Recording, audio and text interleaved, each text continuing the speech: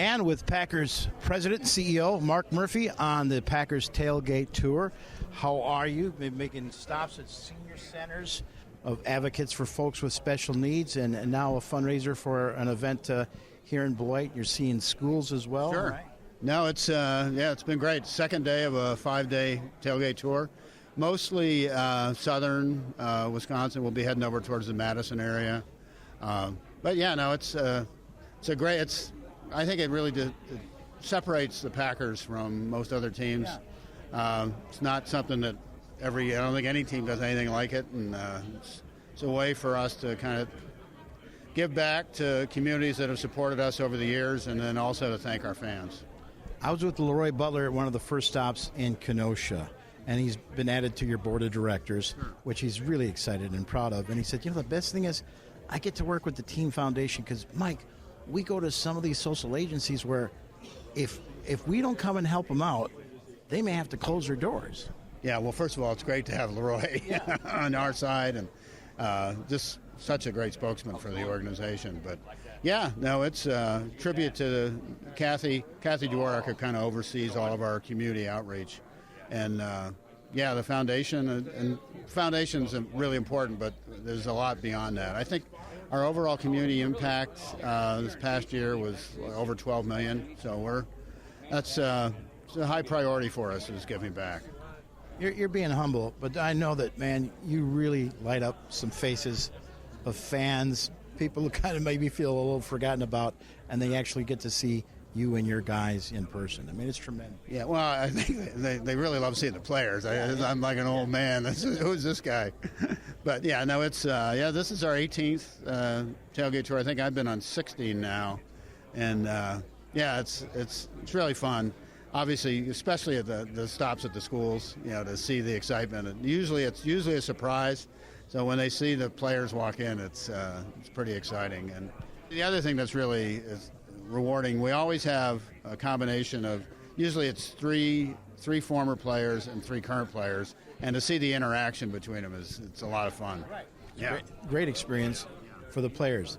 The NFL announces it's the Eagles and the Packers in Brazil for Week 1. How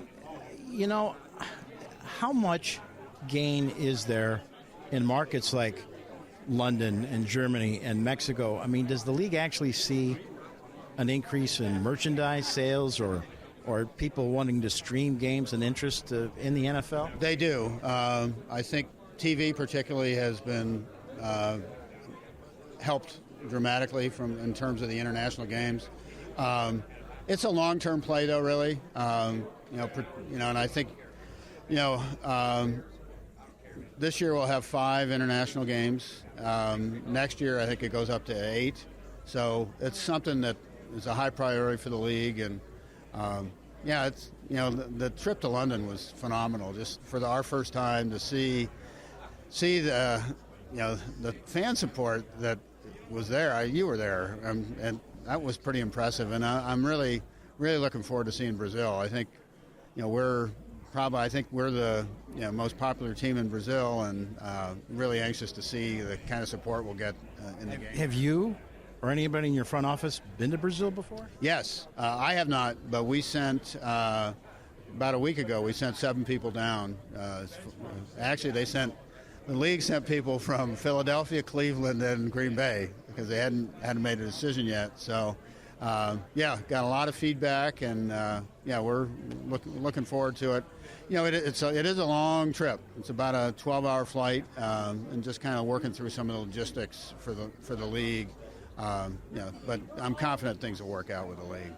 Well, you got to get these athletes down there on a 12-hour flight. Yeah. So, I mean, how close are you to coming up with a plan that you guys feel comfortable with?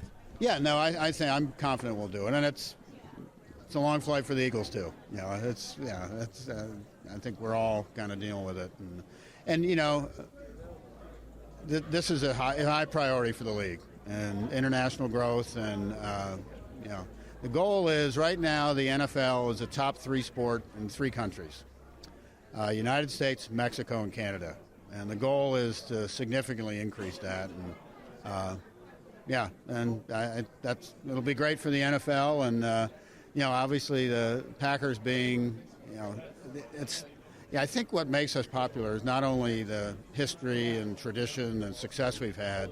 I think our ownership structure, and particularly I've heard in Brazil, a lot of their teams soccer teams have similar ownership structures. So I think they really relate well, and the culture there is, among the professional soccer teams there, is similar to the Packers. So, really excited to see it in person. I learned today it's huge. I mean, the city you're going to be in, it's bigger than New York and the size of Illinois. I know. No, it's going to be eye-opening. I've never been to South America. So it's and I think I'm sure that hardly anybody else in our organization has been here. So I think particularly for the players, it'd be a tremendous experience. What's your first impression of defensive coordinator Jeff Hafley? Yeah, I just had a chance. I've had a chance to talk to him quite a bit. We haven't even seen the players here, but been pretty impressed. Just what the times that I've been with him, but also just reading about his background. I'm optimistic that I think we'll see a lot of positive changes.